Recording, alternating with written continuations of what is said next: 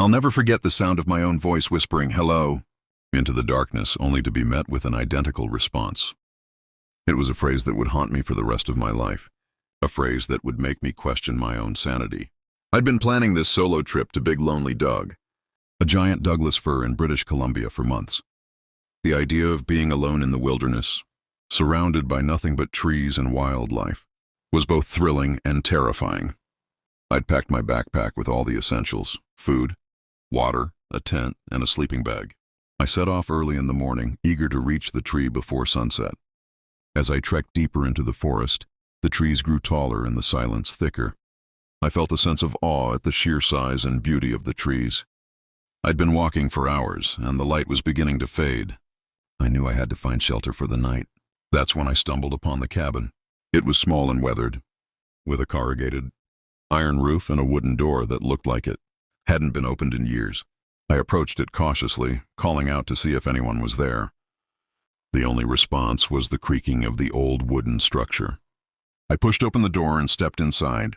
The cabin was dimly lit, with only a small window to let in the fading light. There was a table in the center of the room, with a lantern on it and a piece of paper with a single sentence: "You shouldn't be here." I felt a shiver run down my spine as I read the words. Who wrote this, and why? I tried to shake off the feeling of unease, telling myself it was just some kid's prank. But as I looked around, I noticed more strange things. A chair was pulled out from the table, as if someone had just gotten up. There was a cup on the table, with a small amount of liquid in it. I felt a growing sense of unease as I realized that I wasn't alone in the cabin. Someone or something had been here recently. I decided to investigate further, searching the cabin from top to bottom. That's when I saw the loft above the main room. It was a small space, with a narrow staircase leading up to it. I felt a sense of trepidation as I climbed the stairs, my heart pounding in my chest. As I reached the top, I heard it, a low, raspy breathing sound. It was coming from the corner of the loft, where the shadows were darkest. I froze, my heart racing with fear. I didn't know what to do. Part of me wanted to run down the stairs and get out of there as fast as I could. But another part of me was curious. What was making that noise? I took a step forward, my eyes adjusting to the dim light.